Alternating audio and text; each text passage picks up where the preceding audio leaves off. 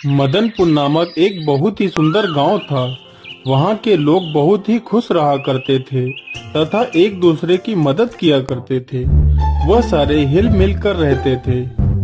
अरे बेटा, जल्दी लौट कर आ जाना। हाँ हाँ पिताजी, शहर का जैसे ही काम खत्म हो जाएगा मैं आ जाऊंगा। अब चलता हूँ पिताजी। एक दिन की बात है, एक जादूगरनी उस गांव से गुजर रही थी। इतनी सुंदर नगरी, इतनी सुंदर नगरी तो मैंने कभी नहीं देखी। क्यों ना मैं इस नगरी को अपने वश में कर लूं और यहाँ पर अपना महल बनाऊं और यहाँ के लोगों को अपना गुलाम बना लेती हूँ। फिर जादूगरनी उस गांव पर अपना काला जादू कर देती है और गांव के लोगों से अपनी सेवा करवाती है।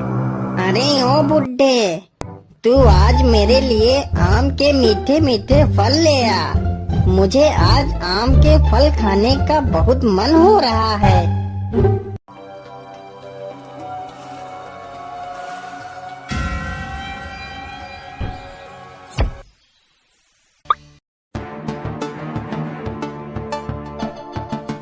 अरे पिताजी, देखो मैं आ गया। आप इधर कहाँ जा रहे हो? आप कुछ बोल क्यों नहीं रहे हो? आपको क्या हुआ पिताजी? अरे ये क्या, पिताजी कुछ बोल क्यों नहीं रहे हैं? आखिर यहाँ क्या चल रहा है? मुझे इसका पता लगाना होगा। लेकिन पिताजी इस ओर कहाँ जा रहे हैं? चलो देखता हूँ।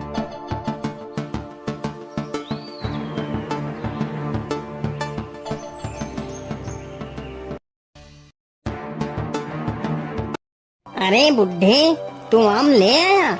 चल रख दे इधर और दूसरा काम कर जाके। अरे यहाँ क्या चल रहा है? ये औरत कौन है? मुझे साधु बाबा के पास जाकर पूछना चाहिए। बाबा आंखें खोलो बाबा, बाबा मेरी मदद करो, बाबा उठो। क्या हुआ बेटा, तुम इतना शोर क्यों मचा रहे हो? तुम्हें क्या समस्या है? बाबा, हमारे गांव के लोगों को क्या हो गया है? मेरे पिताजी को क्या हो गया है? वो मुझे पहचान क्यों नहीं रहे हैं? और बाबा, महल में वो औरत कौन है? जब मैं यहाँ से शहर गया था तो यहाँ पर कोई महल नहीं था। ये सब अचानक से क्या हो गया है बाबा? मैं कुछ समझ नहीं पा रहा हूँ। फिर बाबा ध्यान लगाकर देखते हैं और बताते हैं, बेटा वह कोई औरत नहीं बल्कि एक जादूगरनी है और उसने पूरे गांव पर अपना काला जादू कर रखा है।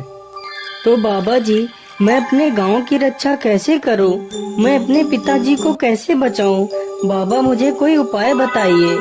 बेटा, उस जादूगरनी के जादू से गांव को मुक्त कराने का एक ही उपाय है। यहाँ से 100 मील दूर एक कुंभा नामक गुफा है। उस गुफा में तुम्हें मेरे गुरुजी मिलेंगे। वह तुम्हें इसका उपाय अवश्य बताएंगे। जाओ बेटा। फिर मोहन गुफा की तरफ चल देता है।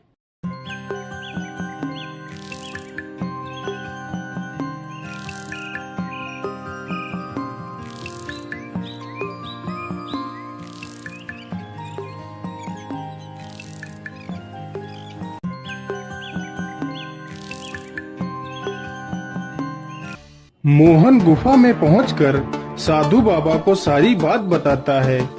बेटा ध्यान से सुनो, यहाँ से कुछ ही दूर पर एक जादुई पेड़ है। उस पेड़ में ही उस जादूगरनी की आत्मा है। अगर तुम उस पेड़ को नष्ट कर दो तो उस जादूगरनी की मृत्यु हो जाएगी और तुम्हारा गांव काले जादू से मुक्त हो जाएगा। लेकिन बाबा, मैं उस पेड़ को पहचानूंगा कैसे? बेटा, उस पेड़ को पहचानना ज्यादा मुश्किल नहीं है। उस पेड़ के चारों तरफ एक अलौकिक प्रकाश जगमगा रहा होगा। ठीक है बाबा, मैं चलता हूँ। मुझे आशीर्वाद दीजिए।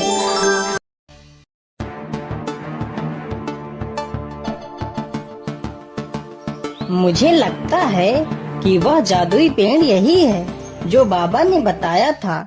चलो जल्दी से मैं इसे काट देता हूँ। तभी जादूगरनी वहाँ पर आ जाती है।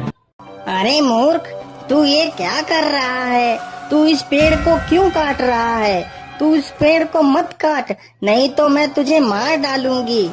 लेकिन मोहन उसकी एक नहीं सुनता है और पेड़ को काट देता है। पेड़ के नष्ट होते ही जादूगरनी का काला जादू समाप्त हो जाता है और जादूगरनी मर जाती है।